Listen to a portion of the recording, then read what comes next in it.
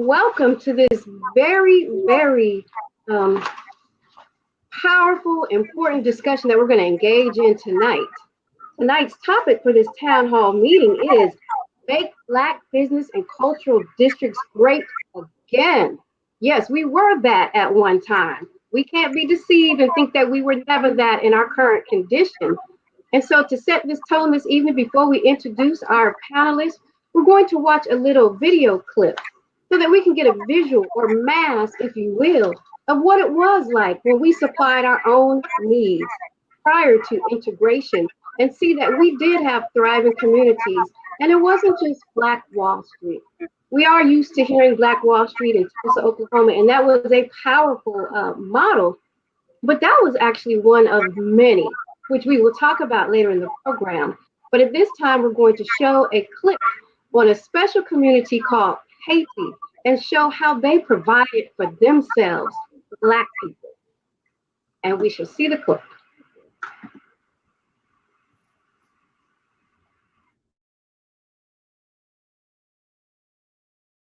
Tell us about that old Walnut Street. Were you ever part of that, or was it already sort of over? Yeah, there's 3 movie theaters, if I remember correctly. There were eating establishments, there were bars and restaurants and different things up and down Walnut Street.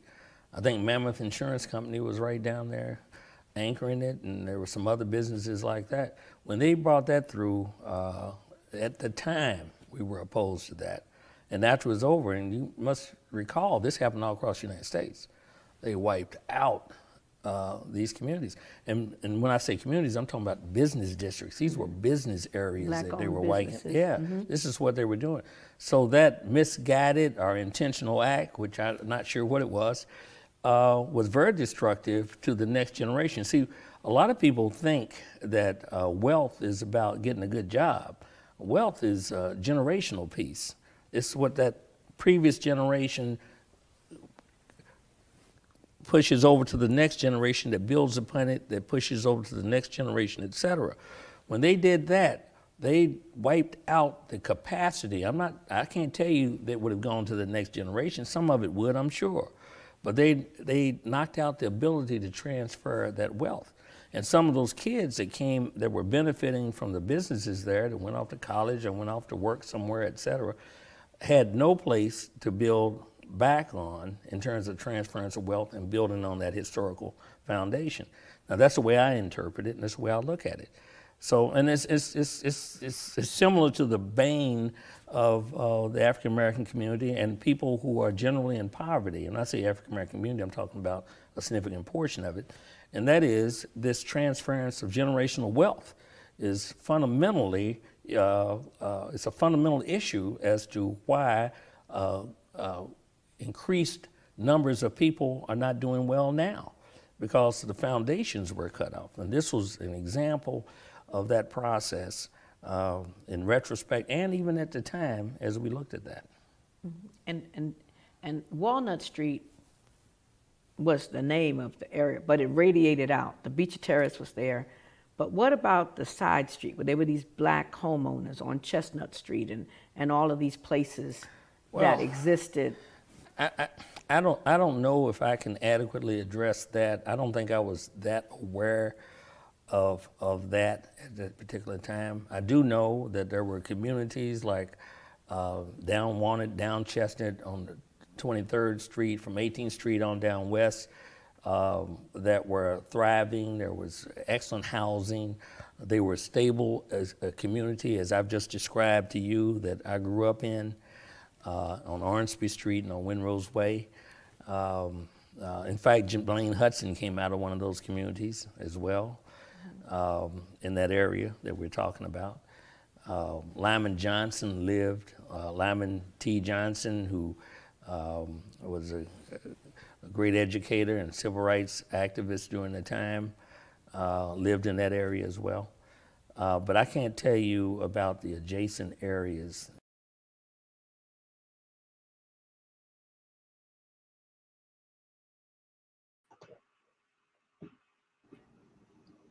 Wonderful. That was just a little snippet from our brother attorney of what it was like to live in thriving Black communities. And so now I'd like to introduce myself. I'm Sister Donna Muhammad of Memphis, Tennessee, and I'll be serving as your moderator this evening.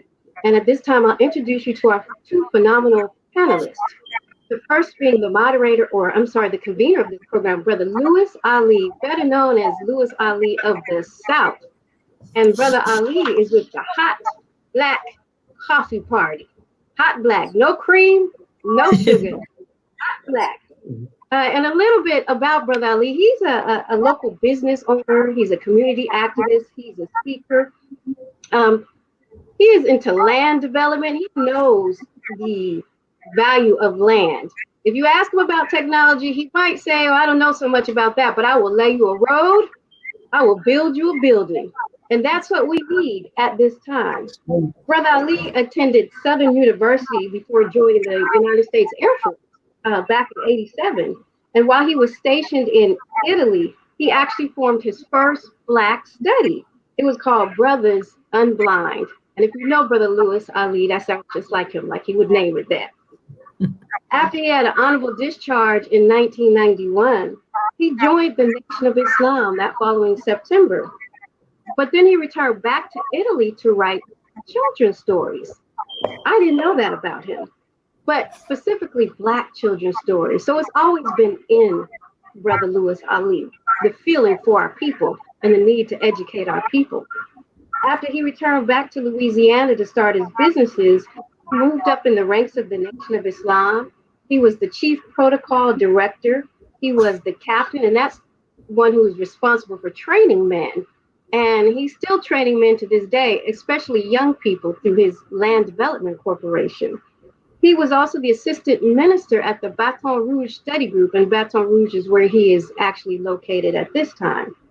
And he played a key role in organizing the presence from Baton Rouge at the historic Million Man March in DC in 1995.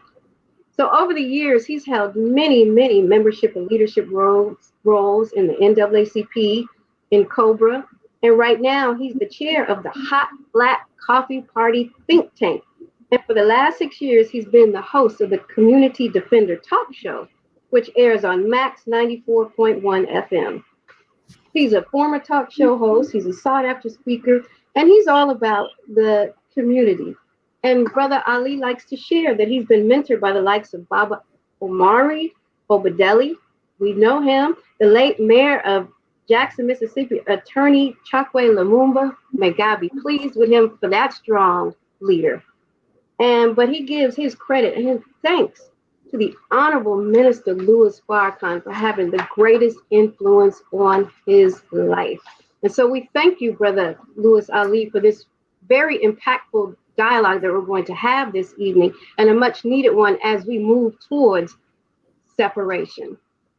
The next panelist that we have, who almost needs no introduction, but in case you are unfamiliar with her, we will give you an introduction to her.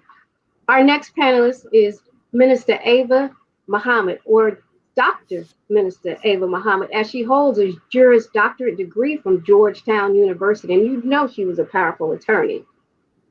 She is a gifted author. She's a researcher. She's more than anything, she is the national spokesperson for the Honorable Minister Louis Farrakhan. So when you see her, you see him, because she's coming representing that strong voice in this hour. And so just a little bit more about her. She is a member of the New York Bar. There's so much, so many things that are coming to my mind about her, but I want to stick to the script. She was recognized by Essence magazine as one of the 30 most influential Black women in America, and she's often been a sought-after speaker during the Essence festivals.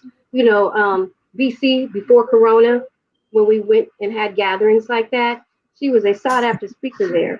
She is a happily married wife of Brother Darius Muhammad for 31 years. That is such an accomplishment in this world of instant everything. Instant marriage, instant divorce. To have that stability is what's necessary for building strong communities. And with that, they currently reside in Chicago with their two daughters, Sasha and Sherelle, and their most beautiful grandchildren, Amir and Amira. And there's much more I want to say, but we want to go ahead and get to these dynamic speakers. And I'd like to say this at the outset, because this is a town hall meeting. This is not a lecture. This is a forum that requires engagement, interaction between you and the panelists. And though we are in a virtual setting and not in person, it serves to hear voices from all around. We need your input. We need your suggestions. We need your comments, and we need your questions to make this successful, because we want to walk away with some tangible information. We want to walk away with a mindset of action. And so with that, we're going to first open up to our brother Lewis Ali, into why is it necessary to even be having this conversation about making Black America great again, uplifting our culture. Thank you so much, Sister Donna and Dr. Ava Muhammad, for being on this afternoon to talk about this very, very important topic of making historically Black business and cultural districts great again.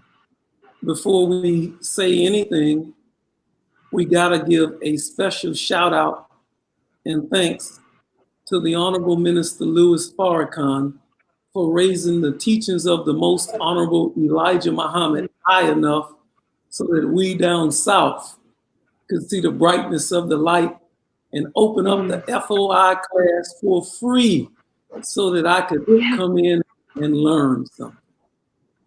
You know, Dr. Ava Muhammad's been saying something, and it's important for us to know this. She keeps repeating, she says, we are the winners. And so if we're the winners, we have to go back and listen and look at how we were winning in the past. The Most Honorable Elijah Muhammad left us a foundation, a mighty foundation. And Black men were working, and they were organized around us owning 1,500 acres of farmland in Michigan, 5,000 acres of land in Georgia, 10,000 acres of land in Alabama, 20,000 acres of land in Honduras, and we owned restaurants, bakeries, supermarkets, and had our own newspaper, and lots of other things. And we were employing ourselves. We were practicing do for self. And as quiet as it's kept, there's a documentary, which you can see it on YouTube, called The Secret to Selling to Negroes. And I hope you can put it in the queue, where the U.S. Commerce Department started studying Black America's economy. And they found that the fastest growing economy in the world was the Black American economy. During those days, we had the Negro Baseball League. We had our own hotels and motels, and we had Black teachers that cared about the students enough, more than just education, but culture and moral fiber, to where we felt like brothers and sisters. And so what is mythology is that all Black people were just sitting around going to back doors being beat. The World War II veterans were really some of the most militant, morally militant Black men you have ever witnessed. And most of these men, including men like my grandfather, they built businesses and they were considered race men. And they taught their sons the trades. And we had little or limited contact with Caucasians, all right? So we weren't marching for integration down south. We were marching for economic equality. And the truth be told, we were winning. We were winning because all of the major superstar artists, cultural icons, were in the Black community. And quite as it's kept, white people came down there to see those cultural icons too. The best athletes were going to the historically Black colleges. So it was a great time to be Black. The Honorable Elijah Muhammad taught us to be Black and proud, and it went throughout the community. And as white people studied it, being envious like they always are, they started concocting and socially engineering a program not to make us closer to them, but to actually steal our economics. And so they met at Stanford University and Berkeley and came up with this integration business. But the integration business wasn't designed to make people equal. It was designed to steal our resources. They came up with the FICO score or Fair Isaac, so that they could, instead of us pooling our resources together, we could individually go into a bank and they would give some of us a loan. And so then the 1954 Brown versus the Board of Education, the same time that they were doing that, they were studying how to sell to Negroes, how to take over the economy. Right after that, they came up with, when Brown versus the Board of Education hit in Louisiana, where I'm at, that was in 1954. Well, in 1956, they came out with the Louisiana Contractors Board, and they did it in Alabama and also Georgia also. And what that done was they took the best skilled tradesmen and forced them to have to get a license, which many of them were good tradesmen but couldn't pass the test to get the license. So that forced them to have to go and work directly up under white people, which meant that they couldn't teach their children the trades. But the real death knell to the Black business district was urban renewal. When they came out with urban renewal, they started sending highways straight through the center of all of the historically Black business district. So you can't be a bee without a beehive. And so they destroyed the beehive and scattered the bees. I'll say this in closing, or stopping. A business district to a community is what Mecca is to Muslims. It's an area where people circumvent around the businesses and they gain strength and power, and then they go out into the community to build houses and to enter into other areas of trade and commerce. Dr. Amos Wilson said the number one way to build Black loyalty is for us to employ one another. And so with these business districts, we were employing one another. But with urban renewal and the destruction of the business districts, which many of them were located around historically Black colleges, it destroyed our ability to employ one another and to do for self. And it socially engineered us into something that I believe is worse than slavery and segregation combined, this integration where they stripped us of all of our morality and decency and ethics, so to speak. And so I'll open up right there. Thank you. Thank you, Brother Lewis. That was so informative. And I do have an additional question for you, Minister Ava, but I saw you also taking copious notes. And before I move on to the question for you, was there anything that you would like to add on to that statement at this time? I think we should. That was very thorough, very thorough. So what I wanted to address to you, Minister Ava, was the Honorable Elijah Muhammad put forth an economic blueprint. He also indicated that land was the basis for freedom. I wanted to know if you could first speak about that economic blueprint and how it's necessary or its necessity in reestablishing a thriving Black community, and then that being the doorway to separation. Yes, ma'am. And I first want to greet both of you, Assalamu alaikum, as well as the viewers. And thank Brother Lewis for convening this panel this afternoon, and thank the team from Project Separation, the national initiative that Minister Farrakhan put in motion to bring these types of discussions to our people throughout the United States. And I think that Brother Lewis is tapping into where we want to be at this point, and that is going into more in-depth analysis of the various facets of what a full and complete freedom and independence is. And of course, the economic blueprint for our people is critical, because one of the insidious, harmful aspects of integration, there are so many, but one of the harmful effects of integration is that we have spent the last 50 to 60 years engaged in upholding white America. We have been consciously and deliberately investing all of our creative and human and financial resources in sustaining white America. Without us, America would never have been built. America would never have become the financial and industrial and military giant that she became in the 19th century.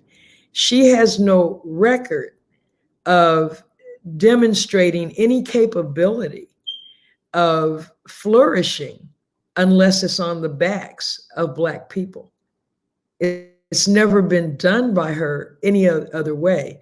Before there was a United States incorporated, white people in America were holding us in bondage.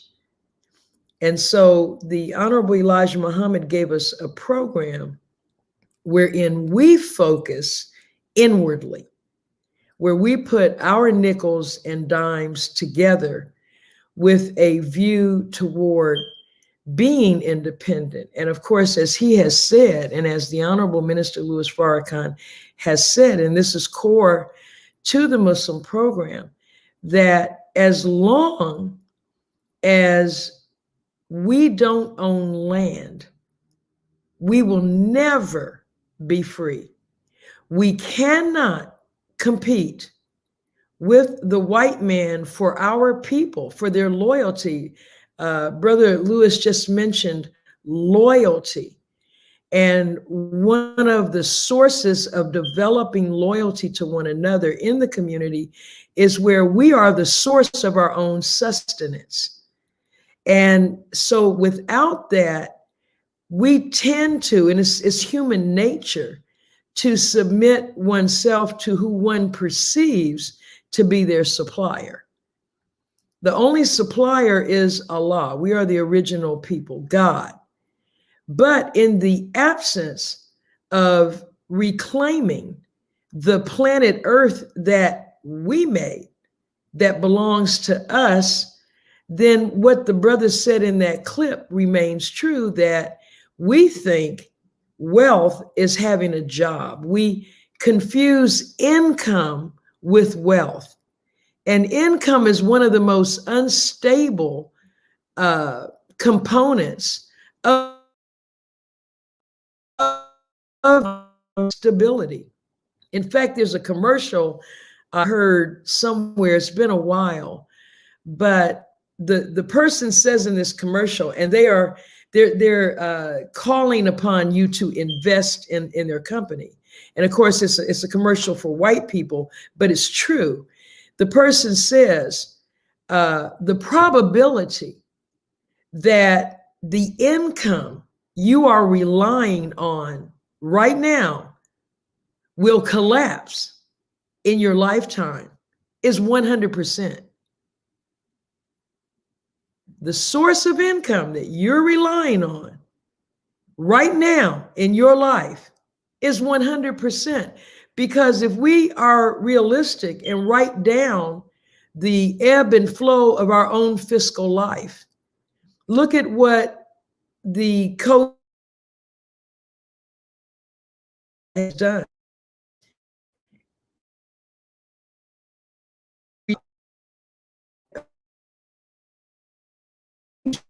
We're referred to by W-2 workers. Okay.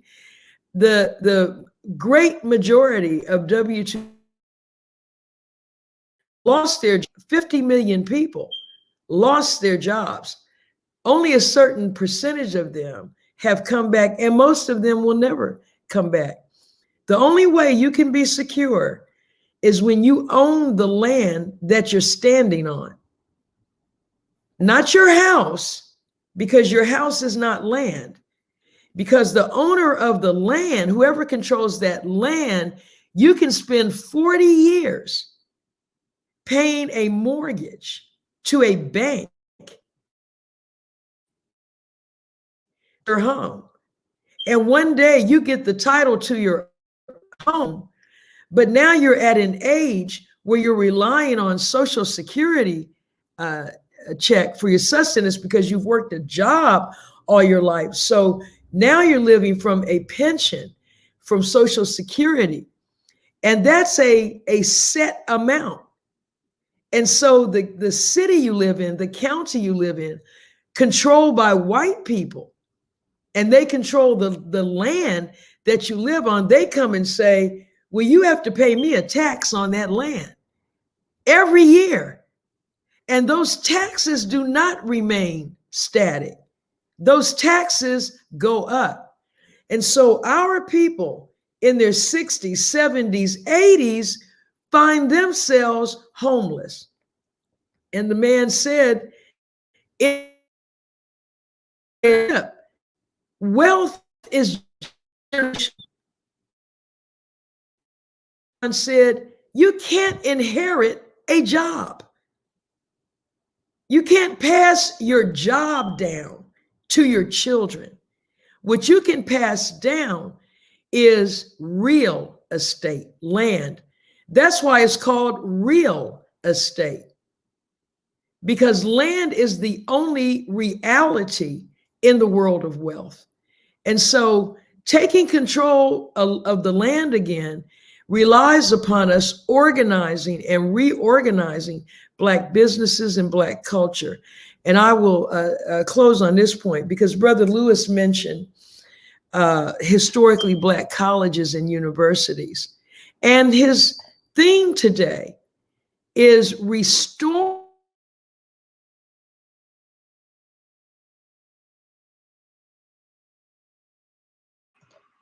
Okay, we're just experiencing a little bit of technical problems. We lost Minister Ava briefly, but she's already given us much to chew on at this time.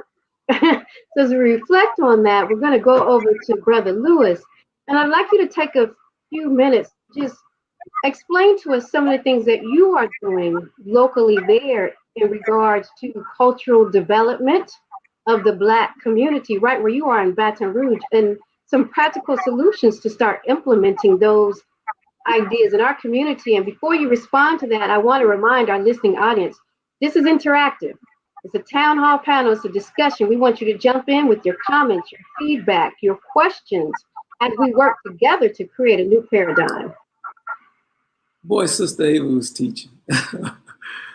But I think if we all look in our respective cities around the historically Black colleges and universities, we'll see the results of urban renewal, gentrification, and abandonment, and oftentimes blight, which in truth opens up the door and gives us an opportunity to go in and pool our resources together and buy those properties.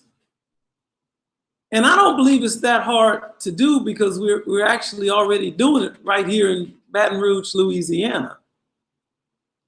And I believe that many of our government officials would be happy to see us do it. And we got to fight to our strength. What we got to understand is that we created hip hop. We created bebop. We created jazz. People mock the Chitlin circuit, but guess what? Many Black men owned those buildings where they were performing at. And so if you own the building where people perform, then you don't have to worry about people cutting your money because you admire the Honorable Minister Louis Farrakhan. See, nobody can tell you what to do, to Dr. Ava's point, when you own the land and own the building and take ownership of the culture.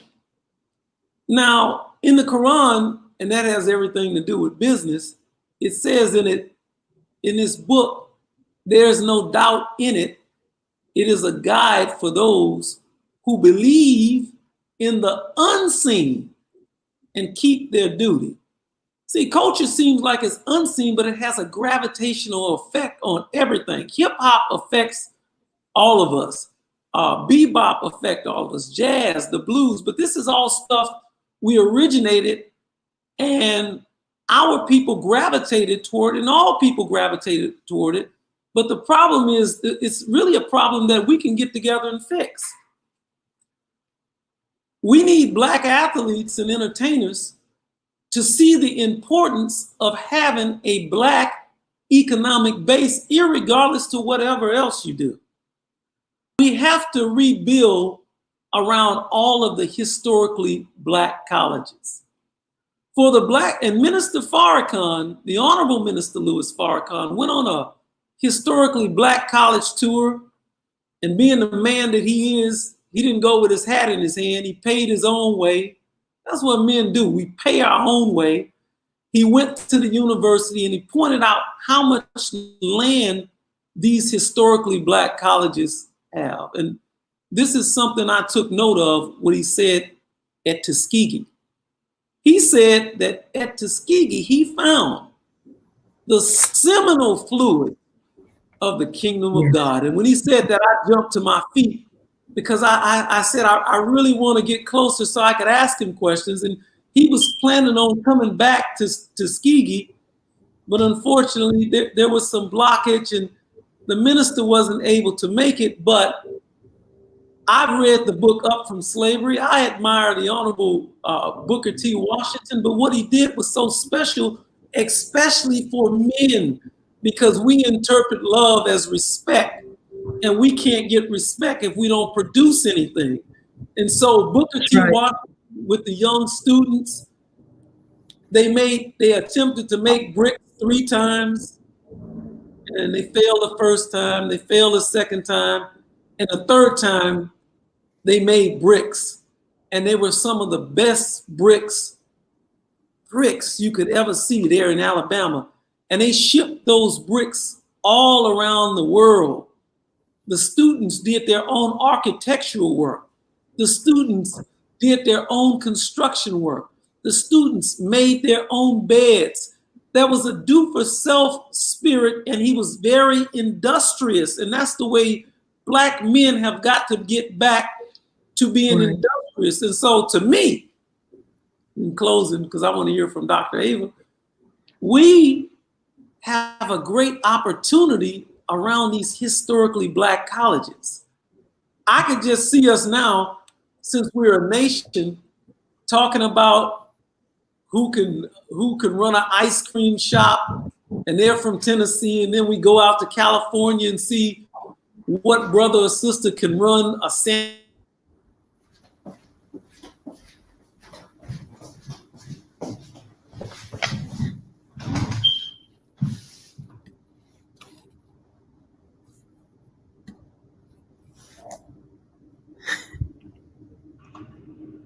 Okay. So apparently the conversation is too good and too uplifting because we're getting way more delays than ever before, but that means we're on a good path, and that's okay too, because what that means is it's just time to completely have our own, to completely harness our own streaming, everything. And so we'll get there. We want you to take a moment, if you will, Minister Ava, to continue on with the point that you were making before you were dropped, and then we'll move forward. Yes, ma'am. Yes, ma'am. On the HBCUs, and of course, I've been listening to Brother Louis circle around with some superb observations. And I just want to point out, and I've said this before, Harvard University is not referred to as a historically white university. Yale is not referred to as a historically white university. When we're referred to and limited to historic, and it's the same thing with today's title, historically Black business and culture, bring it back. We're working to bring back Black colleges and universities, Black businesses. Why? Because they had disappeared. Black colleges and universities, of which I am a product, produced some of the most significant work from Black people and game changers that we have experienced. It was, though my heart was broken over the loss of Chadwick Boseman, I was happy that the attention given to his life, because unfortunately we don't do that until someone is gone. But in the process of talking nationally about how he came to be an actor, it zeroed in on the fact that he was a student at Howard University. And at the time,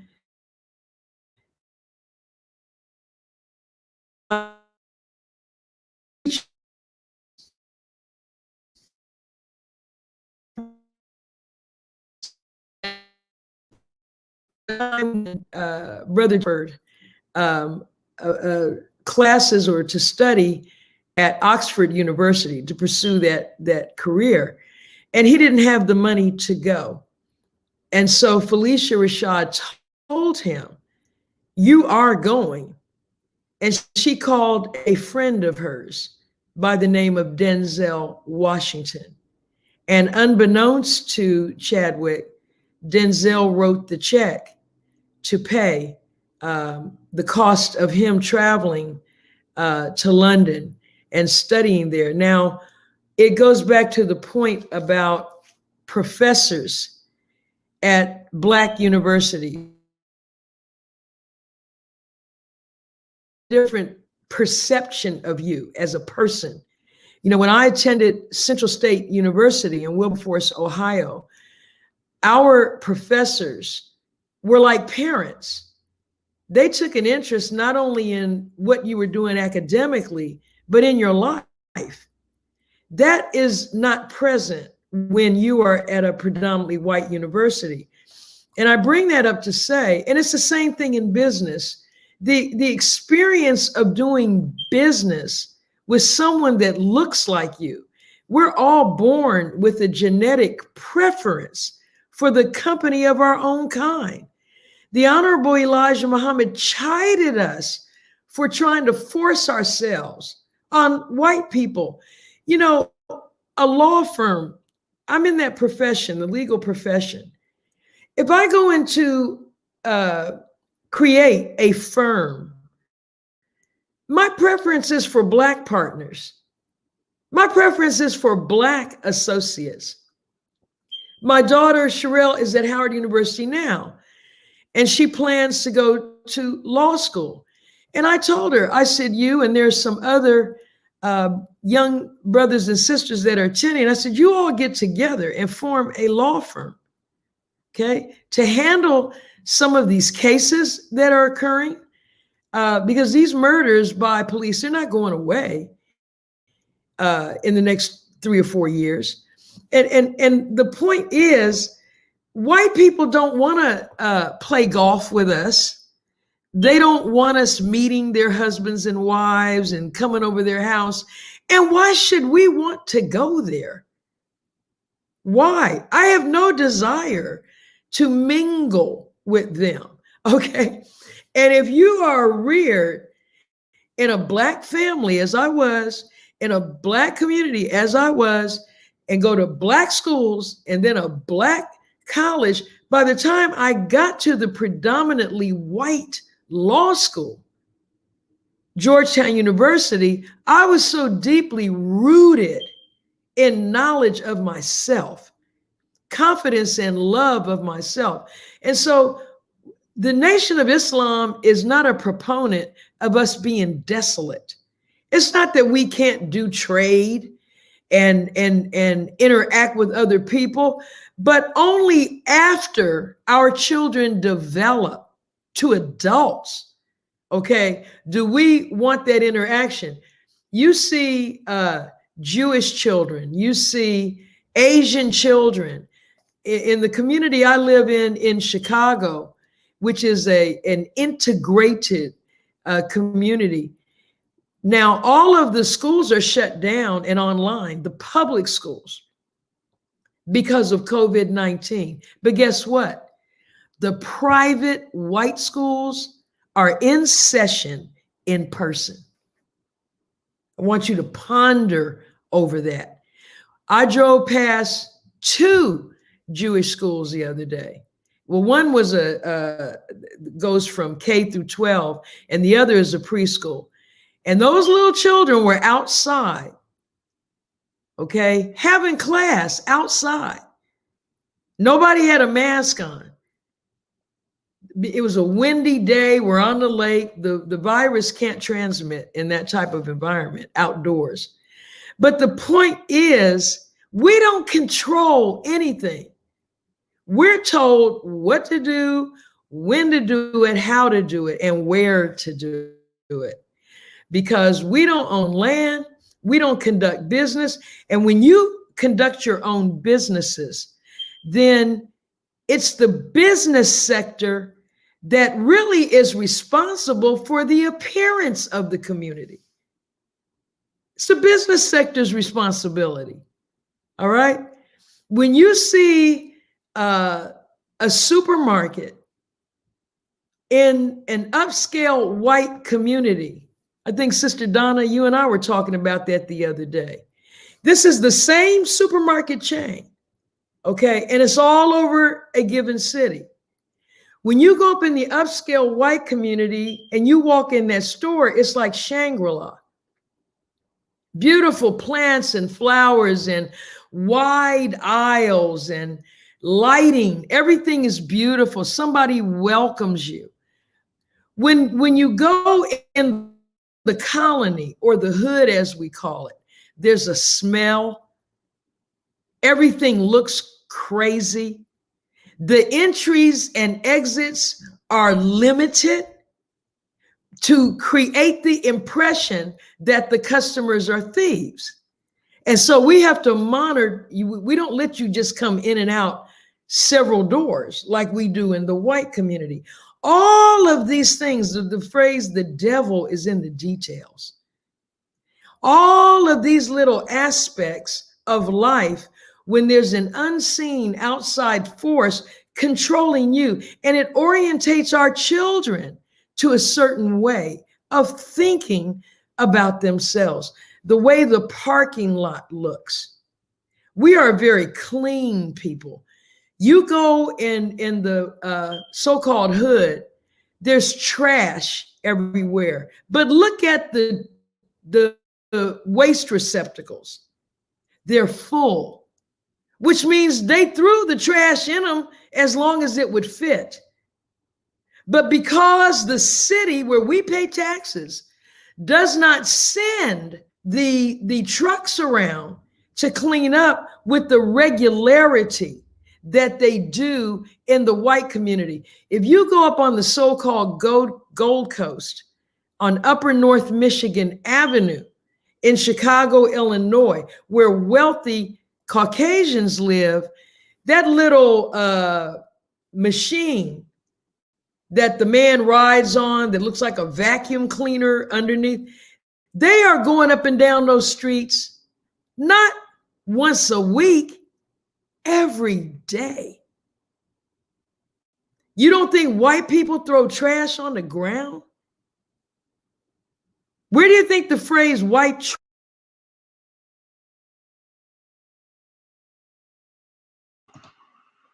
Okay, so she was getting a little too hot again. As soon as it gets heated up, the call drops. So what I want to do is we are getting in comments and questions from our listening audience so that they can participate in this meeting. I'm going to pose a question to you until we at this time, Brother Lewis. And one of our listeners wanted to know, what can we do to acquire land if we're starting from the absolute bottom?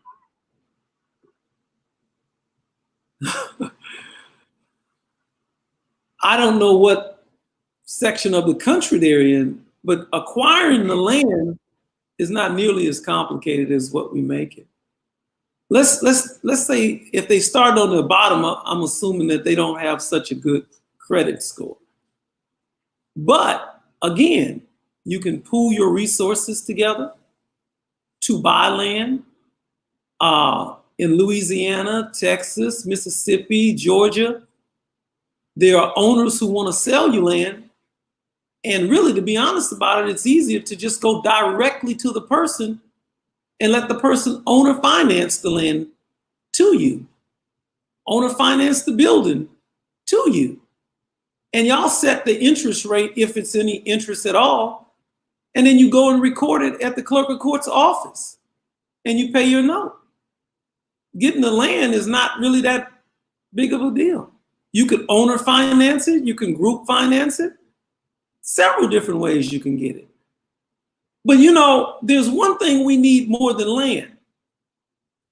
And it's in the Bible too, where in the book of Genesis, I think it might be the 5th chapter, it says, and there was no man to till the earth. We need land, but we need men. We need men who are land literate, and we have to reinvest in these little black boys, and they're all over the place, and getting them involved in the skilled trades so that you can monetize your land for you. And that's why I was getting at what the Honorable Minister Louis Farrakhan said about Tuskegee. And at Tuskegee, seeing the seminal fluid of the kingdom of God. See, we need to learn how to do everything we can possibly learn to manage and maintain our own communities. We need to get all of our sons involved in every skilled trade that we can possibly get them involved in. It's great to go to college, but when you know how to build a house, and it's a little video clip that maybe you'll get to show later on, when you know how my father, he cut tracts of timber, 100, 200, 300 acres of timber. They don't have to cut it the old way no more. They have machines that can cut it. They are what they call groundhog sawmills. My father actually asked me to buy one when I first got out the military, and I just wasn't as obedient. But we can do this. Listen, sometimes when you don't have money, Black people in 2020, we got to get back to bartering with one another and really want a real relationship. If Dr. Ava's an attorney, I'm not an attorney. I don't know nothing about the law, but we could barter something together, and maybe I could go in and clear her land or pour the foundation for her new 5,000 or 6,000 square foot or 10,000 square foot house. We can make a deal. We can set the medium of exchange between one another. So we've done that in the past. Last point. When we built the popular Black Wall Street in Tulsa, there was no such thing as a FICO score. They couldn't go to a white bank and get a loan. They pooled the little resources that they had together. They were excellent skilled tradesmen, and white people are in a man dilemma too. They don't have people that want to work either. In fact, all of America, you can't find nobody that wants to do too much manual labor. They're not any, what they call back in the day, bona fide tough guys that want to go endure the sun and the heat. So that means that if you're working for an old Caucasian whose children are on meth, he might just be willing to give up a few acres of land just for a little help around the farm. This is why the teachings of the Honorable Elijah Muhammad are so important, because they teach us to be so magnetic and so respectful. One Caucasian sold me a commercial property, and something happened. I got a little behind with the note, but he didn't take the property, and I went and actually wound up paying it off early. But I asked him, why didn't you come and try to take the land from me afterwards? And he told me because he wanted to go to heaven. And so he's gone now, but he didn't take the land from me. We paid it off early, and by God's grace, we're going to do something with it. So we need men to get busy and get involved in these skilled trades to build these Black business districts. Thank you, Brother Lewis. And you really spoke into a sister's question that we also saw flash across the screen, and she was asking how we could acquire land. Like, well, she said the two sisters in Toomsboro, Georgia, but it was actually a group of 19 family members. And you spoke right into it, which was collective economics, which is exactly how we do it, which is how we do anything. And then we're so glad to have you back with us, Minister Ava. You are really on fire. Somebody That's said in right. the comments, they must be allergic to the truth. They can't handle it. It's too much fire. Too much fire. But we want you were making a very powerful point, and you were speaking into the conditions of our communities. And so, and how different they look. And so if you could continue on that vein and speak into, well, what is our responsibility in that, or do we just need to leave it as it is and separate, get out? What do we need to do? Well, the problem is that when you live under the control of someone other than yourself, these are the results. That was the picture that I was painting. And everyone watching this program knows it's true. It's not only true coast to coast, it's true globally. I've traveled everywhere from here to Europe, to the continent of Africa, to the South Pacific. Everywhere you go, white people live in luxury and Black people live in poverty. So at what point do we say what's wrong with this picture? There has been a massive redistribution of wealth over the past 500 years that has to be reversed. But when I see some of the questions coming up on the screen, and they're excellent. But what we can't do is start in the middle of this problem with methodology. We have to start at the root of the problem, which is disunity. It has to be self first, then others. As long as we put the thinking of white people ahead of the thinking of ourselves, I don't care what we achieve in life, there will never be enough of us to come together. There has to be a willingness, as Brother Lewis just laid out. There's an unwillingness on our part because we think like white people. This unwillingness to sit down and be a part of the table. Many of us need to be the center of attention. Many of us have adopted the mindset of the Caucasian. This country is built on a doctrine of white supremacy. And some of us can't even accept truth unless it's endorsed by white people. That is our root problem. Now, what God has done, because he's executing his promise to Abraham, and the Honorable Elijah Muhammad said, Allah will make you separate. We're being forced to do it. Donald Trump in office, Minister Farrakhan said in 2017 that God put him in that office. And his administration and a majority U.S. Senate are pushing us to unite because we have nowhere else to go. They are making life so untenable. COVID came and the whole world was put on pause. So everybody was watching when this white, I wanted to say something else, I had to pullback. This white police officer put his knee on George Floyd's neck and murdered him in front of the world on video. This was appalling, not only to us, but to anyone that had even an iota of humanity. Allah said, let me show you what Black people are suffering. And he didn't have to show that to white people. He was showing Black people what Black people are suffering. Because those of us who have carved out an oasis in this desert called America are fine with it. And you have people among us who make a living off of our suffering, who engage in this protracted civil rights movement. Our people in the South were not seeking integration. They weren't laying their life down to sit next to Heather. They weren't seeking integration. They were seeking desegregation, which is two entirely different things. They wanted to be liberated from the debilitating effects of Jim Crow. We were happy living among and with each other.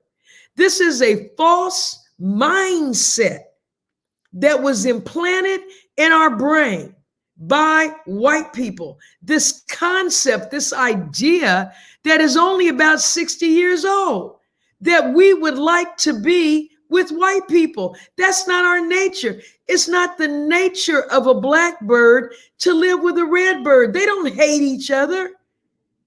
They all fly in the sky.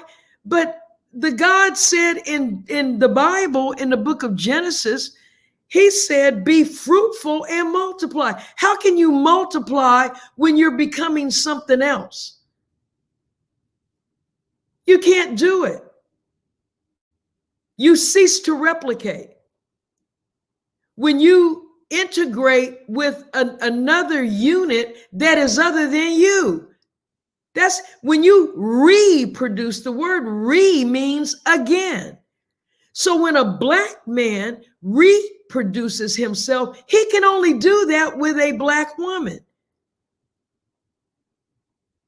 We have been taught and trained in the last 60 years to lust for, to desire, to seek after the approval of the most unproductive people that ever came on this planet. They have produced nothing. We made the United States of America wealthy, and they owe us.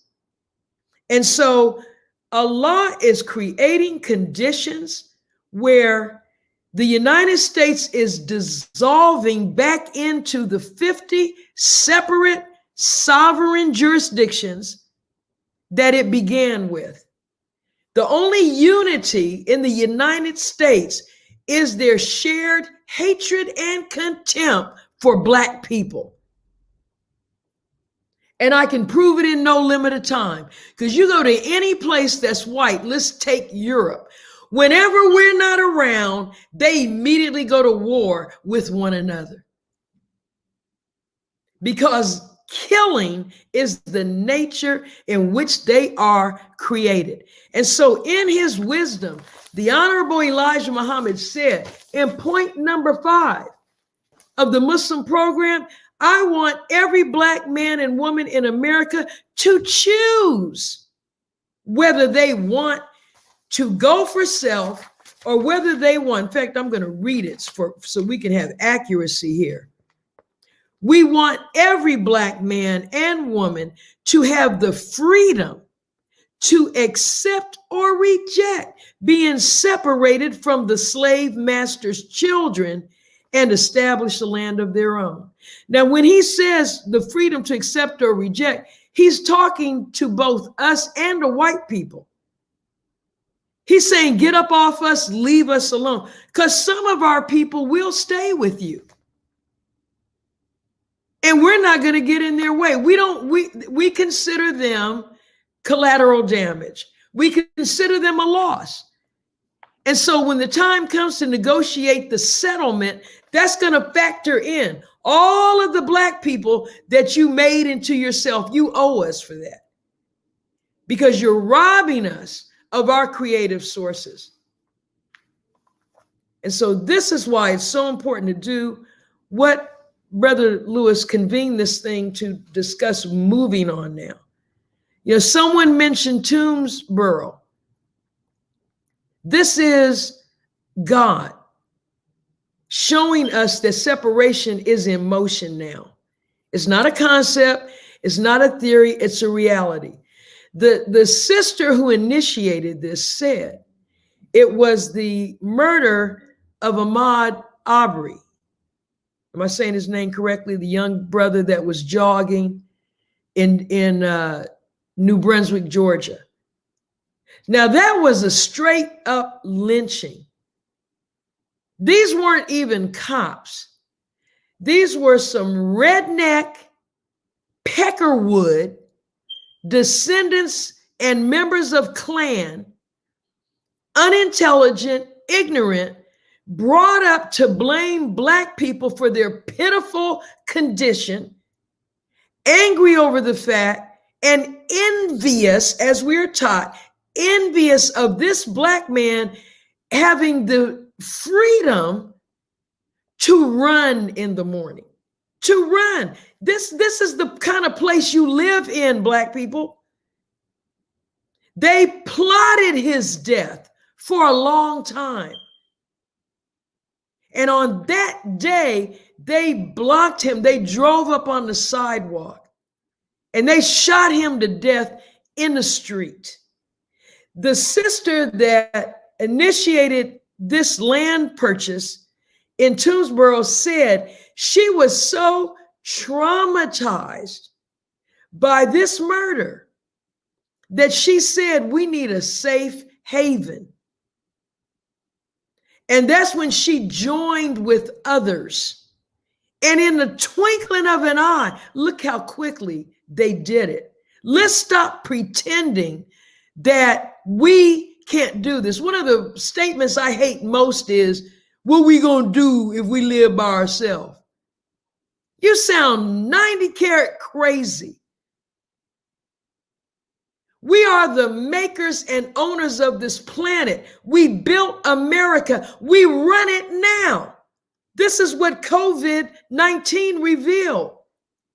We are the essential workers. And the minister told us, just withdraw for a few days. Stop spending $600 and $700 billion a year in the retail outlets of white America. Just withdraw and let's pool our resources. He said, make your own community a safe and decent place to live. And I just realized when those Black people bought that land, I realized what he meant by your own community. Not just Black, but where you own the land. That's the only way we're going to be safe.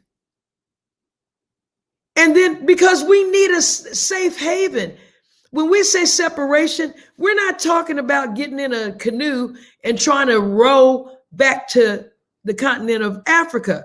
We're talking about right here. This is where it starts because we have work to do on ourselves before we try to go back home. Okay.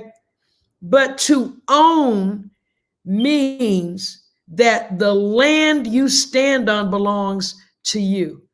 We need a safe haven from police killings.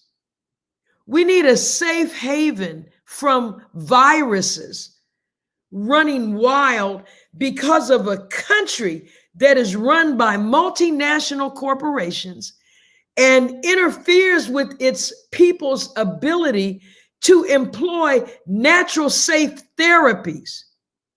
And in fact, to follow a diet which will prevent them from getting ill like that in the first place. 96% of people who have died from COVID-19 had an underlying condition. This is a dependent virus. So when it enters our system, it doesn't have the power to kill us by itself. It partners up with all that we have done to ourselves because we refuse to leave Satan. So we eat wrong, we drink poison water, we breathe polluted air, we live in colonies called ghettos. We hardly ever see grass or trees or water. There are young people living in Chicago, Illinois, who have never seen Lake Michigan. Why? Because we are trained to stay within the confines of where white people decide we're going to live. So we call something black too loosely. Oh, that's a black neighborhood. Why? Because a lot of black people live there. It's not black, it's white. Who owns the land? Who can come in and say, get out? And then we sit and we wait for them to tell us, oh, everybody's moving over there. Everybody's moving over there. It's as Brother Lewis said, some of us do the law, some of us do the accounting, some of us do the land development, some of us draw up the plans. We built their cities. We taught these people how to eat with a knife and fork. We provided the interior design for their antebellum mansions. We did that. And we made this country what it is. And now, thank God, it's coming down. And instead of us yearning, you hear them always say that, I'm going to be quiet. You hear them always say, we wanted to go back to normal. You and I don't want normal. Normal is what usually occurs. What we're seeking is the ideal.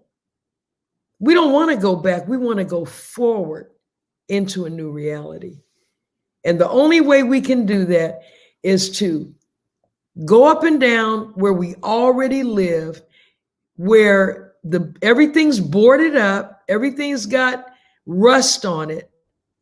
These are perfect conditions for us to start all over and do for self. And then I'm sorry.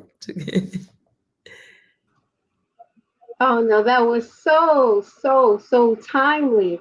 In fact, it's a perfect segue. We're going to briefly show a video that gives a picture of what that looked like, but going into it, as you were talking about owning it and really getting the concept of owning it, to introduce the video that we're going to see about Haiti, I've been researching various different Black communities and townships that were thriving prior to this. And we're going to talk about them briefly, but we'll watch this video just to kind of give us a view of one particular place.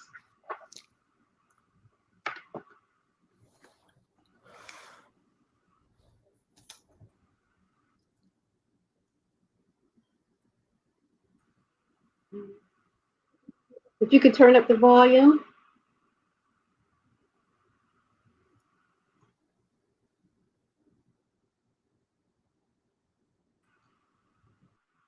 If our technical team could turn up the volume, we're unable to hear the video.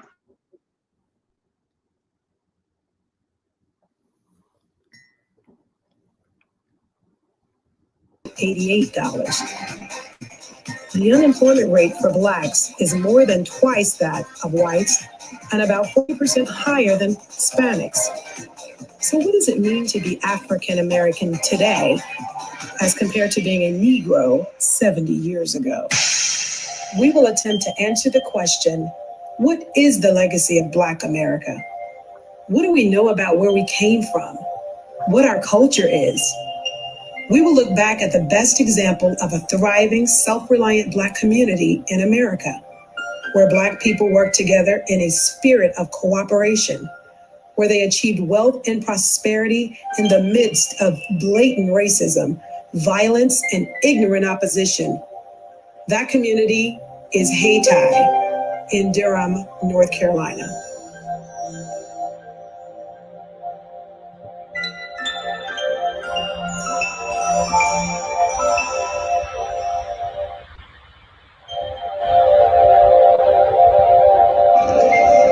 Durham, North Carolina is a place which the world instinctively associates with tobacco.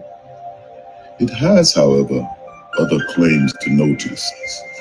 Today, there is a singular group in Durham where a black man may get up in the morning from a mattress made by black men in a house which a black man built out of lumber which black men cut and planed.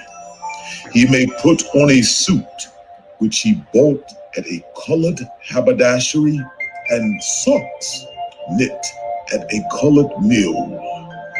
He may cook victuals from a colored grocery store on a stove which black men fashioned.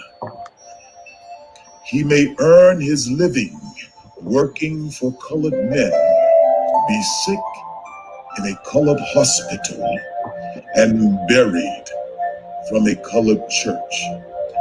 And the Negro Insurance Society will pay his widow enough to keep his children in a colored school. This is surely progress.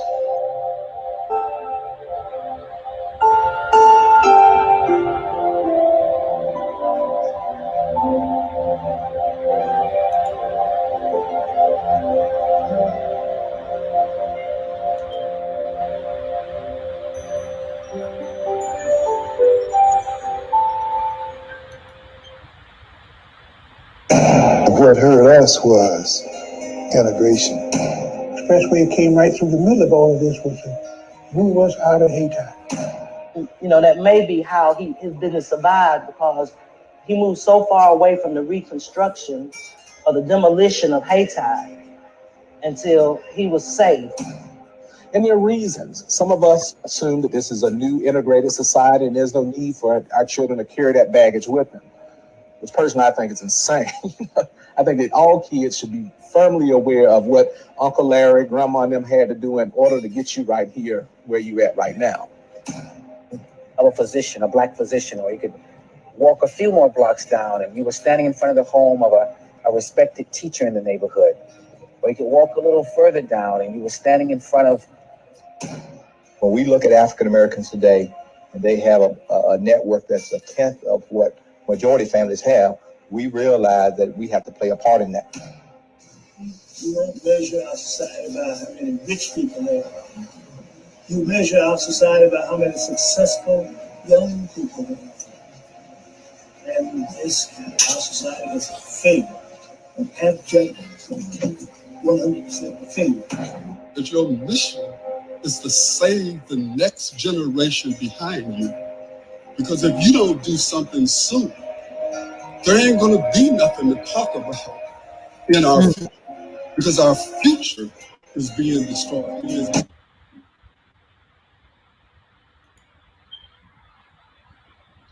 You know, in that video, we saw a powerful visualization that really speaks to what you were addressing, Minister Ava, in terms of culture. We saw the brothers and sisters. You saw how impeccably dressed they were. There was a certain pride about them in their community. And so the topic of this town hall meeting is make Black business and cultural districts great again. And you've spoken to the killing culture of this Caucasian society. And we have also started emulating some of the worst of their culture. So I would like both you and Brother Lewis to speak into what does Black culture really look like. We know that we have seen the emulation of a culture that engages in any and everything that comes to mind. So when we're talking about making a Black cultural district and making it great again, what does that look like to you? What does that look like to our families, to our children, to Black people in general? And then how do we move in that direction? Brother Lewis, you convened this and chose that theme. You start. I think it's very important that we start with something that's said in the Muslim prayer. We've been greatly unjust to ourselves, and we need to confess our faults. The Honorable Elijah Muhammad, in what the Muslims believe, he told us, we believe that the offer of integration is a hypocritical trick and is made by those who are trying to deceive the Black people into believing that their 400-year-old enemies are all of a sudden their friends. Furthermore, we believe that such deception is intended to prevent Black people from realizing that the time in history has arrived for the separation from the whites of this nation. If the white people are truthful about their professed friendship toward the so-called Negroes, they can prove it by dividing up America with their slaves. We do not believe that America will ever be able to furnish enough jobs for our own millions of unemployed, in addition to jobs for, at that time, 20 million Black people as well. The Honorable Minister Louis Farrakhan said we need 8 to 10 states to begin our healing. If you looked at the video, again, you can see that we built our own hospitals, we buried our own dead, we built our own appliances, we were building our own houses. And when you're a producer, it's much easier to keep a marriage bond together because the man is doing what God created us to do. They used urban renewal to destroy Black business districts so that we could not provide for our women and children. And then they turned right back around and didn't have anything for the Black man to do because they really are not employing us, which many of us were employing ourselves. And they offered our woman a welfare check. That welfare check and us being outside of the houses or the homes took all of the discipline out of the home and took the Black woman out of her nature, out of her character, and forced her into being someone she is absolutely not. The Honorable Elijah Muhammad in 1972, when on a panel, Is It Too Late? He chided the panelists about being beggars. The Honorable Elijah Muhammad was not a beggar and did not want the Black man to be a beggar. He wanted us to be productive and producers and to do something with ourselves. And you know what? We were well on our way. The Honorable Elijah Muhammad did not want us to go and get on welfare. He said welfare meant farewell. What kind of men can we be if we don't provide a way for our children that are coming behind us? And the beauty of owning business and making Black business districts and cultural districts great again is busyness, like a marriage.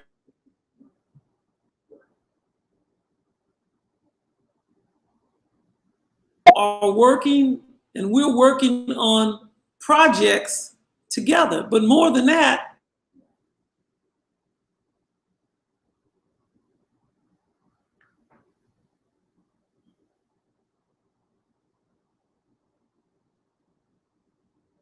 I think Brother Lewis. Yeah, I think we lost Brother Lewis this evening. Again, they're powerful, but we can continue on, Minister Ava, on that Yes, line of culture. yes, ma'am. Oh, he's back. Looks like he's back. Okay. Well, it seems like when we're talking, it knocks it off a little bit. But this Black Business Cultural Gotta get District, on the Black side. Business Cultural District, we can really rebuild them now. And we should, and let me say this, we have to be careful with organizations and the enemy paying organizations to get us to focus on, I'm gonna just say it straight up, LGBTQ issues rather than dealing with traditional Black family values. The traditional, we built historically Black business districts and cultural districts with traditional Black family values, which we've always learned and we hold on to in the Nation of Islam with respect. We say, yes, sir, no, ma'am. We don't argue and cuss each other out with profanity. There are some people who are talking a lot of good talk, but I feel so bad because it's difficult for me to allow my children to listen to it because every other word is profanity.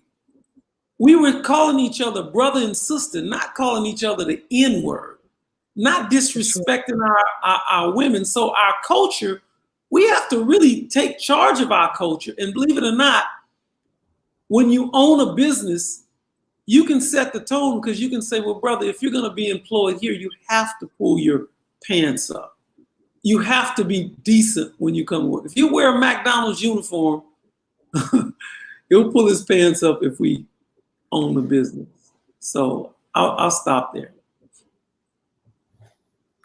Well, I would add to that, and I think this is an incredible discussion, and I encourage all our wonderful viewers tonight that this is how we should talk in our household, with our friends.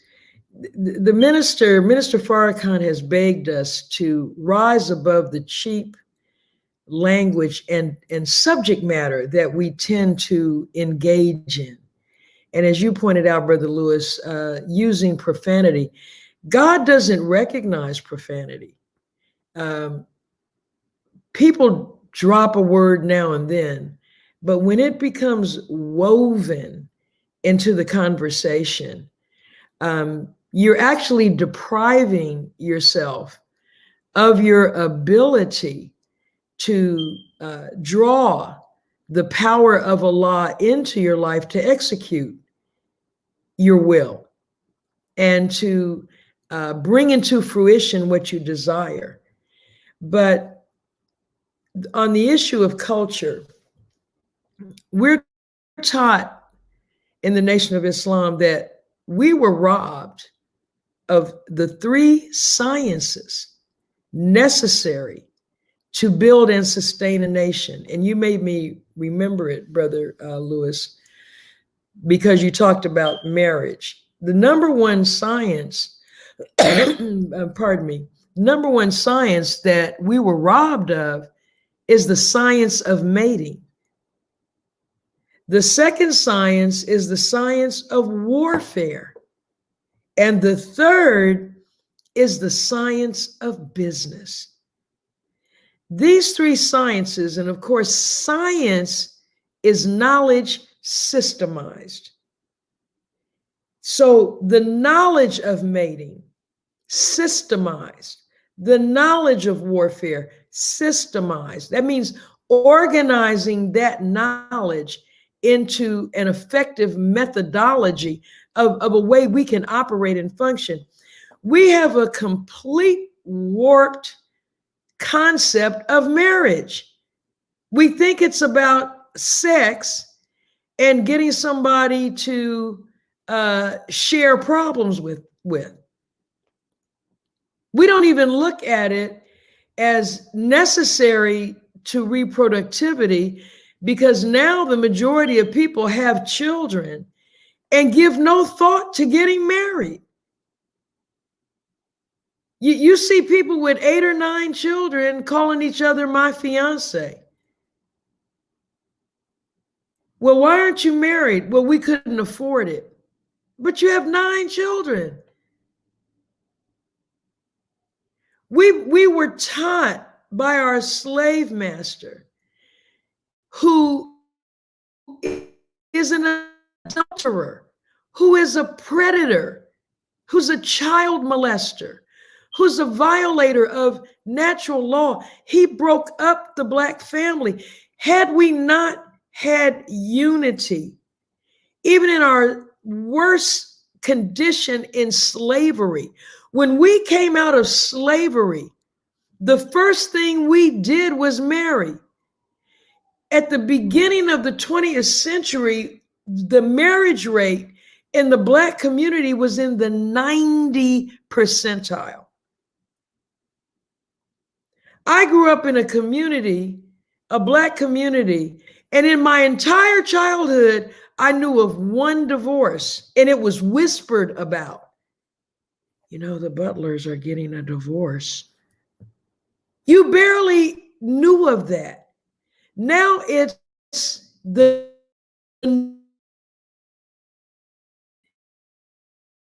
divorce to people not getting married at all, because we lost knowledge of the science of mating. Not only should we should marry with an idea of producing offspring who are born with skill sets to build the next level of progress that we're envisioning. Every nation has different needs at different stages. And so women produce children who will grow up to manifest and bring to fruition what we need to make happen. But we don't marry or come together with a partner with the idea of how does this facilitate our nation?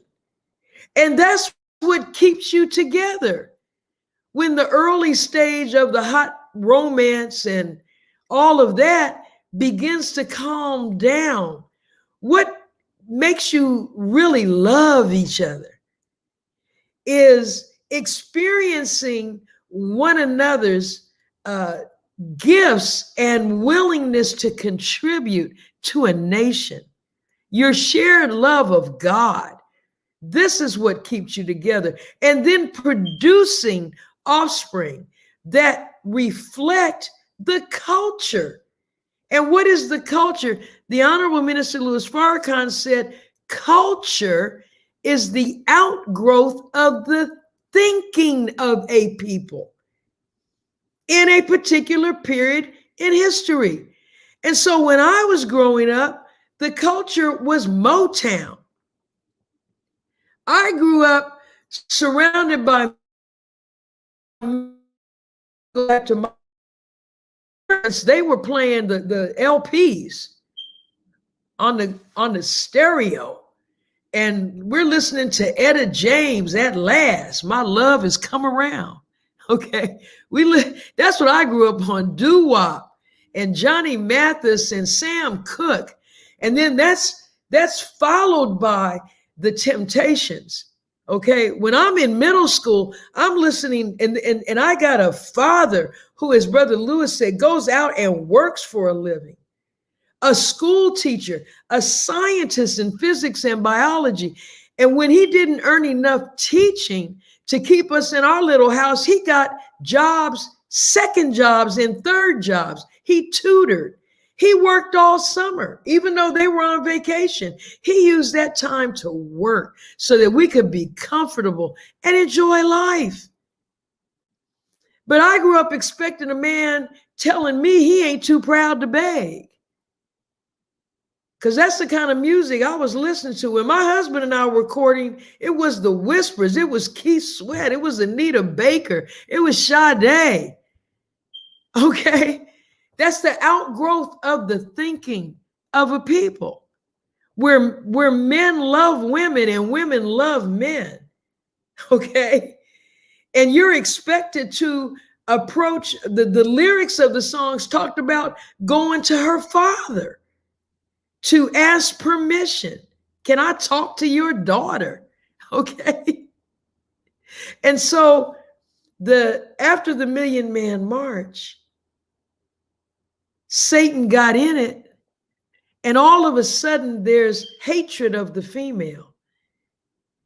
And all of a sudden, the female is calling herself low-down names. She's getting undressed. Even in the 90s, we were still wearing clothes. And I'm not talking about in the Nation of Islam. When I look back at some of the movies and programs from that time, and the Bill Cosby Show, and one of my movies, which my husband doesn't care for, what was that movie with Eddie Murphy? Boomerang. Boomerang. People were wearing the padded jackets and all this, and everybody was, as you have pointed out, Brother Lewis, they were well groomed. And that film from Durham, this is who Black people are. When we had the Negro Baseball League, the brothers came to the games in suits and ties and the fedora hats. The women had on high heels and furs wrapped around their neck. When you watch Coretta Scott King and Rosa Parks marching in the civil rights movement, they had on heels. They had small little waistlines, their own hair, and it was groomed. This is who we are. Accept our own and be ourselves. That's what we have to return to. And we can't do it until, as we saw in those films, we see and love the value of ourselves. The white man envies us. The Honorable Elijah Muhammad said he envies our physical beauty. We've been made to think we're unattractive. And white people, the minute they get an extra dollar, they use it to try to look Black. The white man spent a century turning his woman into something that could be called attractive. From 1900, remember they used to wear the long dresses they would have a fake rear end. And they spend millions and billions getting tans and getting fake lips and trying to get darker. And now they're trying to cornrow their hair. And what are we doing? We're trying to be blue-eyed blondes. It is a sick world that has to go down because there's mental illness on both sides.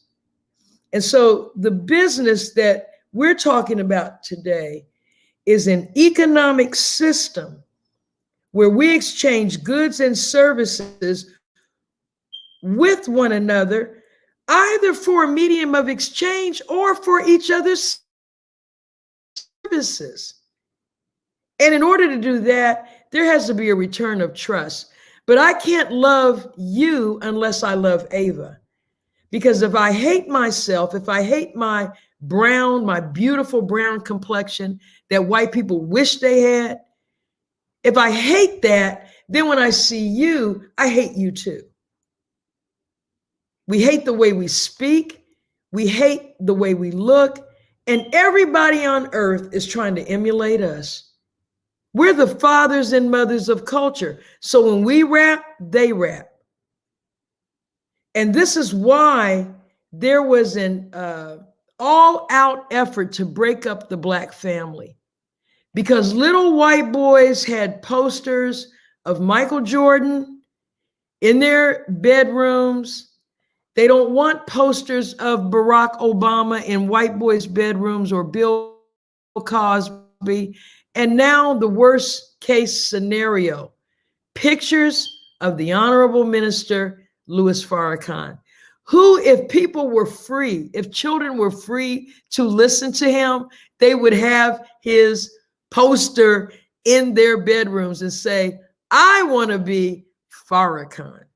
So it is up to us to return to ourselves and understand, lastly, that every single one of us, not some of us, all of us, Allah God, whether you call him Allah, God, Jehovah, Christ, whatever you call him, he gave you, Sister Donna, Brother Lewis, me, all of us have a unique set of attributes that are his, that the minister said, when we come into the knowledge of each of our purpose and fulfill that purpose, when we do what we were born to do, when people see us do it or experience us do it or experience the results or the product of what we do, it's the same as if Allah did it.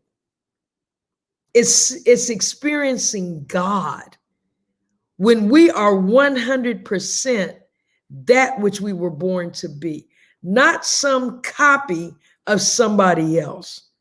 And the only way to do that is to establish a relationship with the Lord of the world. You talk to him and ask him, what am I here to do? And then we take all of those this unlimited array of brilliance and talent, and we combine that, and that becomes heaven on earth. And we saw it on that film clip. This ain't our first time at the rodeo. This is not rocket science. This is being who we are, the original people. Thank you both for your commentary on that. And one of the main things that I extracted out of that is at the root of it, culture begins at home, in the family, and the necessity of a strong Black family to establish proper moral culture is key to building the base. All institutions come up out of family first, at least the strong institutions and the empires. The Caucasians, they practice that with their science of mating. That's right. Strong families. Yes, absolutely. That's right. They built their whole May I say one more thing? Absolutely. Yes. Because, you have to start where you are. And I know some people are out there thinking, well, I didn't grow up with a father. My grandmother raised me. My auntie raised me. I'm single. I've got children. I'm raising them by myself. You're saying they need a father figure. That is why we need a community. That's the whole point. So that we can provide that father figure for the child. And just like it took a couple of generations, several generations for us to fall down to this level, in a few generations, we'll be back up to where we were. But start where we are. We bring all the babies, all the women, all the men, everybody together and start turning inward. And then before we know it, not only we won't be back to where we were, we will be making progress such as we have never experienced, because now we have been to hell and back. And we're going to do everything in our power to make sure nothing like this ever happens again. That's right. That's a perfect segue into what we want to go into next. And I want to remind the listening audience, again, this is interactive. We thank you for your questions. And we have time for a couple of more questions and some special announcements at the end. If we don't want the conversation to end here, this is not a program that you just come and watch and say, hey, that was a great show with Brother Louis Ali and Minister Ava Muhammad. Wow, I can't wait to the next one. No, this is a dialogue that you put your input in, but then we walk away and we start making movements. We share it. We talk about it. We, as you all discussed, drop our buckets where we are, as Booker T. Washington said, and start building where we are. But the last words that you said were a great segue into this, and I want to set a backdrop because you talked about families coming together and children coming together. And I was researching Indiana Avenue, which is in Indianapolis, and that is where Madam C.J. Walker established her company. But see, I learned she was located in one place, but when they established the Black Indiana Avenue, she moved her manufacturing over to there.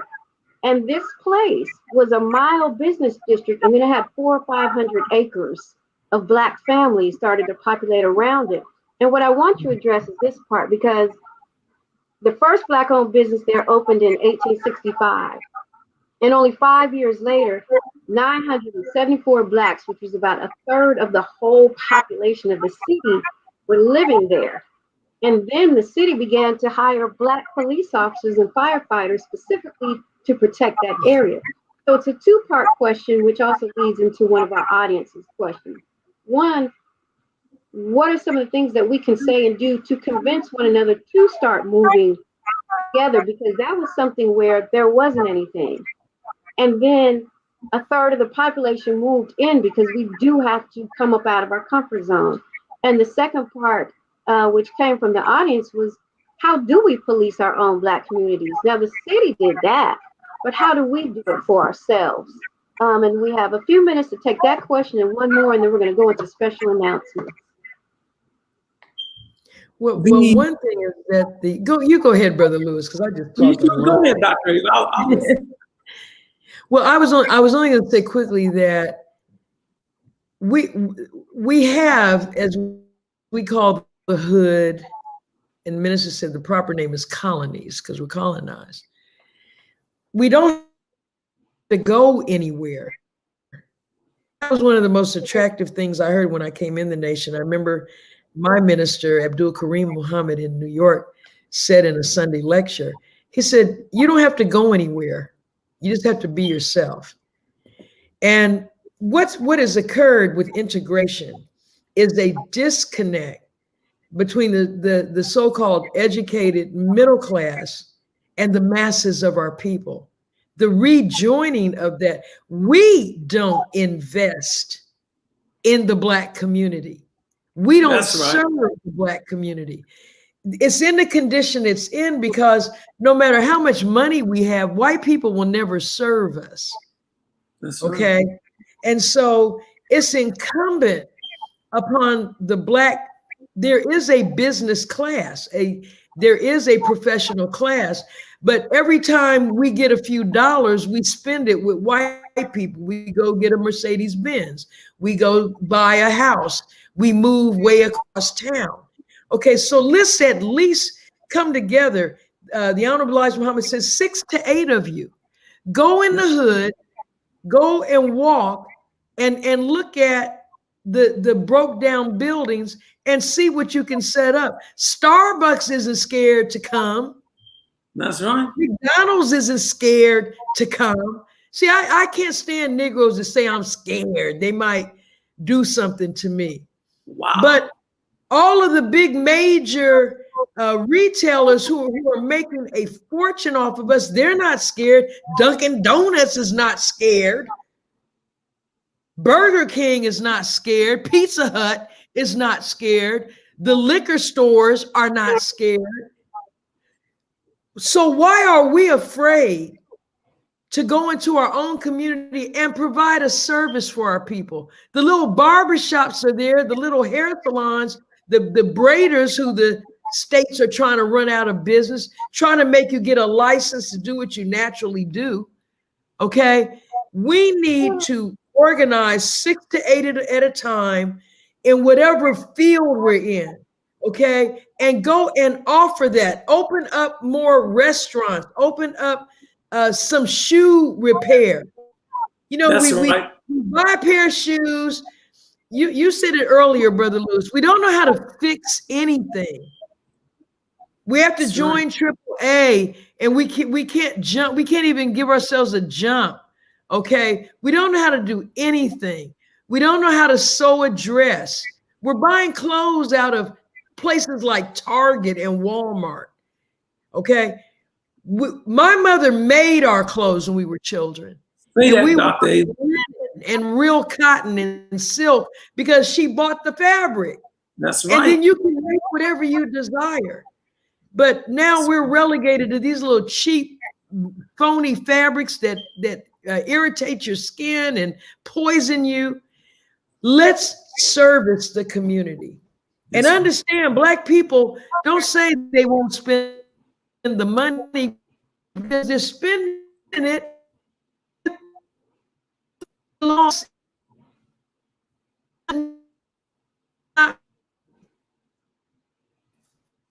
Their AMC theaters opening up. They're not scared. That's right. So stop it. That was my only message, my last point. You know, Brother Lewis? to Dr. Ava's point, you know, the first law in the universe is motion. And we didn't become attracted to Minister Farrakhan or these teachings because Minister Farrakhan was sitting down on them. He was moving. And in that motion and the way he was fighting, it attracted our minds. And in that motion, yes, and the attractive force of what he was doing, not just saying, doing, he reproduced men that wanted to do what he's doing. He said, make our communities safe and decent places to live. Those are instructions. And so I'm inspired, and I know the people in the Hot Black Coffee Party think tank are very inspired because we're willing to do what the Honorable Minister Louis Farrakhan is doing, and that is what men always have to do, and that is sacrifice in order to bring into reality that which we claim to believe in. Exactly. We can't just talk about it. It's so interesting that when you look at sperm under a microscope, they say that the male is faster, but the female is stronger. I thought that was real interesting because ultimately, I would like to see our sisters doing a lot more talking than our brothers. And our brothers should be fast to give them and to build something for them to talk about. You know, when you read the story of David and Saul, it said that the women were singing the praises of David and Saul. It didn't say nothing about the men singing the praises. The men were fighting the war and building something in reality for our women to talk about. And I always say this, you know, every man, if we are men, we should want a legacy. And, you know, men might have the first say, but usually women are the omega. They got the final say. And right now, we're not giving our women enough to talk about. And our fathers did. You know, every time I think about Dr. Ava Muhammad, she told a story. I don't know if we have time to tell it or not, but she talks about her father. And in my mind, I could just see it because I grew up with a no-nonsense, very not play around black father. And she talks about how her father, I think a Caucasian did something to offend the women in her family. And her father just told him, look, you go in the house. You just get back. And he went down there and knocked that devil out. Well, every time I think about it, you know, it just makes me feel so good because as men, this is what you call militant morality. There are things that we should be angry about. You don't tell no black man not to be angry. There are things that we should fight for, but it shouldn't be over drugs and degeneracy.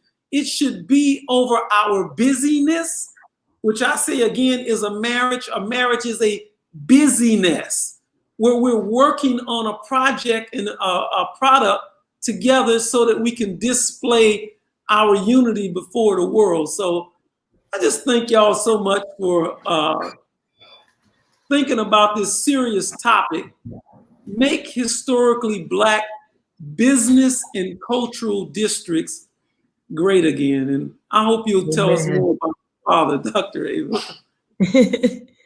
I see a message from Brother William in about Michigan, Muhammad Mosque #1. And I just want everyone to be aware that is the new Mecca. That is the new Mecca. That's right. We're about to experience and bring in a dramatic change planet. And so the Mecca that's in Saudi Arabia, like everything else, shut down. When the world shut down, it was a sign of the end. And when it truly opens back up, because the minister just said Thursday, this is coming to an end, what's going on now. And there's something else coming behind this. And we have to be prepared. And so let's start thinking about our new reality. Let's start thinking about the greatness of cities like, look what they did to Detroit when it was a bustling Shangri-La with Motown. See, they lured Berry Gordy out of Motown, out of the Motor City to Los Angeles.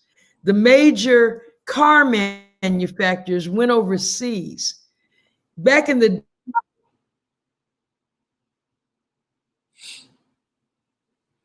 Georgia with an 8th grade education. I learned that watching the Temptations biography. Come up there, bring your children, and make enough money on that assembly line in Detroit to buy a home and educate the children.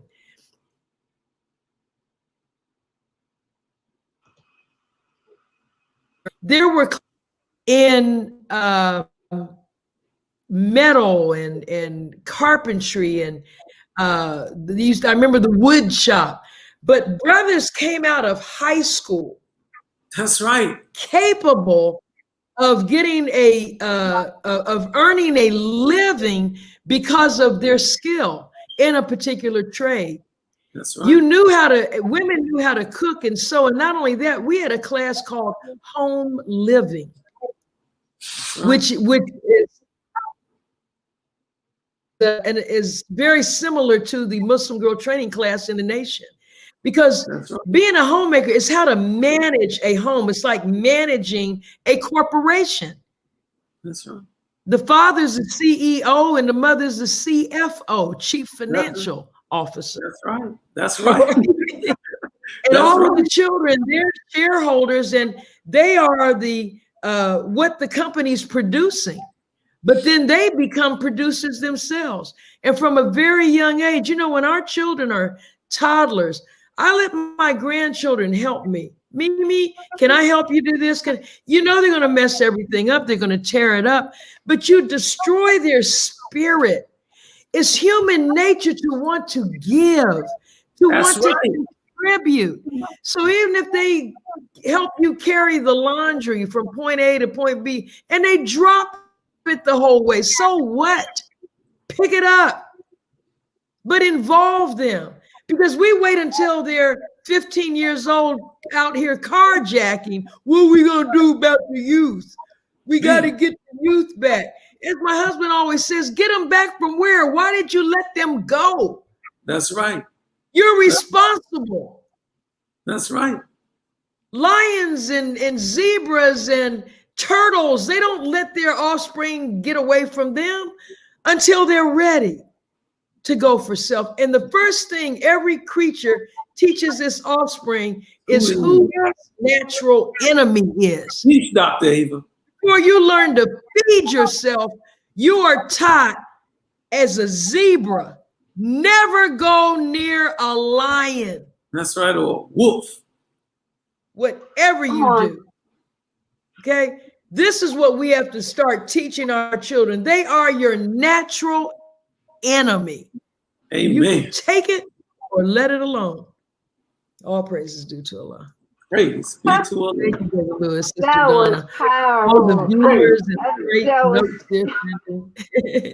that was so powerful. So that time went by so incredibly fast.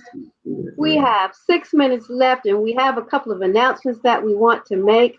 Of course, as you see scrolling underneath, and I have to say, home ec was one of my favorite class, but I was a wood shop girl. And I love power tools to this day, and I got power tools, and I love them. I'm telling you. My husband bought me a circular saw one Mother's Day, and I was in heaven. Wow, you're awesome. But as you can see scrolling at the bottom of the screen, we invite you to sign the petition, especially as we're coming up on this very pivotal election season. And people are talking about voting. Well, we have a vote that we want you to vote on too. That's right. And go to projectseparation.com and sign the petition so that we can bring forth a referendum to bring about the vote for separation. It's going to happen, as we know, but we're giving you the opportunity to choose. Yes. So please visit www.projectseparation.com and sign the petition today. We also want to invite you to www.ministerava.com. Not only is this program streaming live there, but you can find all the books by Minister Ava, including her two newest publications that you must have in your library. They are ebooks, so you can easily access them. The first one is The Season of Separation: How to Escape Time. Now, I know the title alone draws you in. It Who does. would not want to know how to escape time, and what does that even mean? And here's a little hint. It actually came from the Honorable Minister Louis Farrakhan in his 2010 That's Savior's right. Day address. And he teaches on how to escape time. So you need to dig into this book. And the second newest publication is Directing Your Will, Thoughts, and Words to Get Your Life in Order. And if we never needed a time to get our life in order, now is the time. We also want to announce the convener of this platform, Brother Louis Ali, Brother Louis of the South. He has Great a wonderful separator. program, the Great Separator. Yes, as Minister Dave always calls him, the Great Separator, because if you listen to him on any of his many platforms, if you've heard him on Time to Leave, if you've seen him anywhere, that's going to come out of his mouth. Two things you're going to hear: separation and integration is a sin. Those will always be the dominant themes. But he's, as I mentioned at the beginning of the program, a land developer. He also provides fresh produce to the community. He and his sons, not just him, he's not just talking the talk. He's walking the walk, and he's brought his children along with him, along with other young Black men. And they have a program, a farmers market. And you can visit it at www.grow.br.com.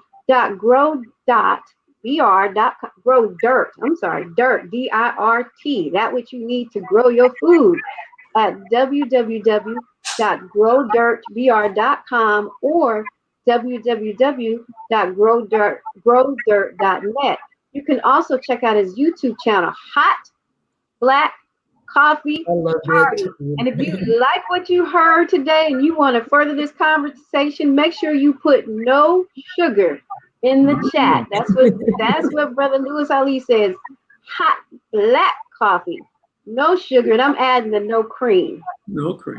So again, we don't want you to walk away and just sit here, but share it and encourage one another. And when we have another program, come back and share some of your suggestions. Please read through the chats too, because you'll find interesting dialogue among the participants and their comments and what's going on in their cities too. And we encourage you to continue to add to that chat, even though this program is over, so that we can all come together and separate. So we have exactly 2 minutes left. If each of our presenters would like to make a 1 minute, I don't know if these powerhouses can, but if you each like to make a 1 minute closing statement, and we thank everybody for your participation this evening. 1 minute. I want to thank Dr. Ava Muhammad, our student national spokesperson, for gracing us with her presence on this panel. And thank you so much, Sister Donna, Sister Rona, Brother Troy, Brother John, Sister Stephanie, for all that you've done to make this panel successful. But most of all, I want to thank the Honorable Minister Louis Farrakhan for lifting up the teachings of the Honorable Elijah Muhammad high enough for us down south to see. And I want Dr. Ava to give him the greetings from the South and tell him we intend to make the Honorable Elijah Muhammad word bomb. All praise to Allah. Alaikum salam. Thank you, Brother Louis. Thank you, Sister Donna, and all of the team that helped make this. I'll quickly answer the question that came from Europe. Should we who live in Europe separate or leave from Europe, separate and leave Europe, or build separated communities in Europe? Start right where you are. Start right where you are. You take a city like London, or you take where there are a huge number of Black people. You form these communities based on the teachings of the Honorable Elijah Muhammad's economic blueprint and some of the things you saw tonight. And you start where you are. And then in a very short time, in a couple of generations, we'll be ready to return to where we love to live. Honorable Elijah Muhammad said, we circle the equator. Beautiful Thank you closing all words. so much. Beautiful closing words, and we thank you for joining us this evening. We hope and pray that it was an evening well spent. And on behalf of the host, Hot Black Coffee Party, make it a productive evening. And it's over, but it ain't over. That's right. That's right. Assalamu alaikum. Assalamu alaikum. Oh, I'm sorry. One last thing. We have an event. One last important announcement. How could I forget this before we go? Tuesday, September 22nd, and you will find the flyer on ministerava.com. There is a town hall meeting on separation being hosted by the Delaware Valley region. You do not want to miss this. You don't want to miss this, and you want to lend your ears and invite as many people as you can to come participate in this virtual town hall meeting on separation. That's next Tuesday evening at, I believe, 7 p.m. Eastern time. That was in the Eastern time region. But you can go to ministerava.com and you can go on Facebook and you'll see the flyer with the link so that you can join in via Zoom and be a part of that discussion as well. That's it. All right. Thank you all. Thank you all.